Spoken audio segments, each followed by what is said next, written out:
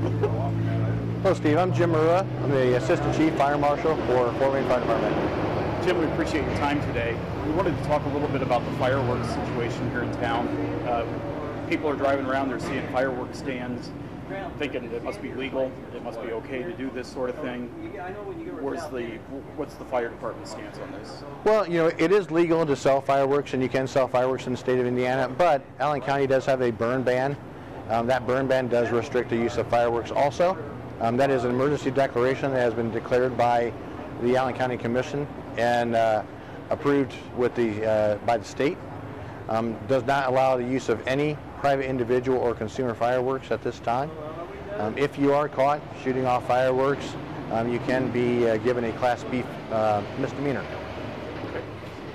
Okay. And there's been a lot of talk about IPFW and the celebration that's coming up out there tomorrow evening, but you guys are taking a lot of precautions. You've been working with IPFW. Talk to me a little bit about that scenario. Yes, we've been working with IPFW for a number of weeks now, as well as the fireworks company that's going to be doing the shoot. We make sure that the grounds have been maintained. They do shoot off of a concrete pad on top of a parking garage there, so that area is safe where they're actually going to be shooting from. We do have some fallout area, that is where the grass is. They have been watering that grass and keeping it maintained. We will have units out there, so we will allocate some resources to wet the area down ahead of time. We will also be out there to wet the area down after the fireworks are over. We will be there for a few hours once the fireworks are done to make sure that there is no debris left over that could ignite the grass. Talk with me a little bit about how quickly that ignition occurs. You know, dry grass can take off pretty darn quickly. You know, they're saying about a 90% probability of a cigarette causing a grass fire right now in some dry grass.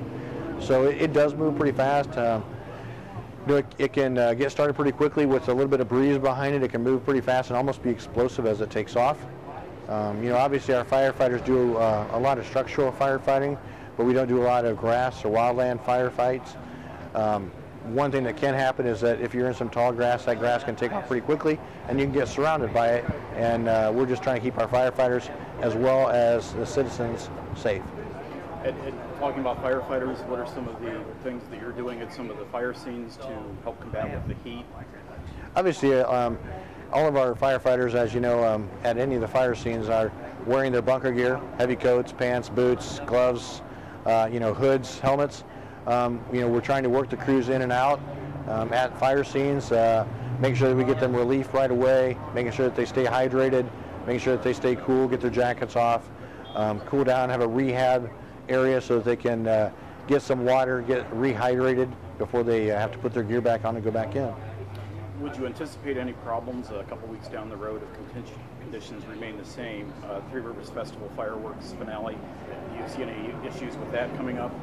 Obviously, we'll be looking at all the conditions and kind of coordinating with those events also to make sure that you know, the conditions are going to be okay, or going to be right for those to go off as this drought continues. It's a little bit different area where the where the Three Rivers Festivals are shot. They really aren't shot over some grassy areas, and we typically work with Three Rivers Festival staff. We've worked with them for a number of years. We actually have fire watches up on top of the buildings. We've done that for a number of years now. We provide that fire watch service up there. Our firefighters are in full gear. I have extinguishers with them up there, binoculars to look at other buildings in the event something does happen. We have firefighters up on top of where the shoot site is as well, in case anything does happen to go wrong there. So we are well prepared for Three Rivers fireworks, as we always are in the past. Historically, when was the last time we were in a situation like this? Can you remember? Geez, I really can't remember. It's been a number of years. Last time I remember, you know, where we had a condition where it was so hot and multiple fires was probably around 1988. You know, we have had some dry conditions in the past, but none that we've had to, you know, ban fireworks. Anything else that you'd like to add? I know we talked about fireworks, but burning branches, burning debris. Exactly. You know, especially with this, the city is, you know, allowing people to take the debris from the storm to the dump sites for either $1, or I think in some cases it's even free. and obviously the city's going to be working to pick some of those debris up to people that can't take those. So, you know, the other thing is just be respectful of your neighbors in this, you know, condition that we have right now. You know, please be respectful of the law, and please mind the law and don't shoot off fireworks. Obviously, we need to be respectful of our neighbors. Like I said, in the event that something would happen to go awry, you know, you catch your neighbor's house on fire, catch their lawn on fire, do damage to their property whatsoever, you can be held liable for that. Dangerous situation out there. Yes.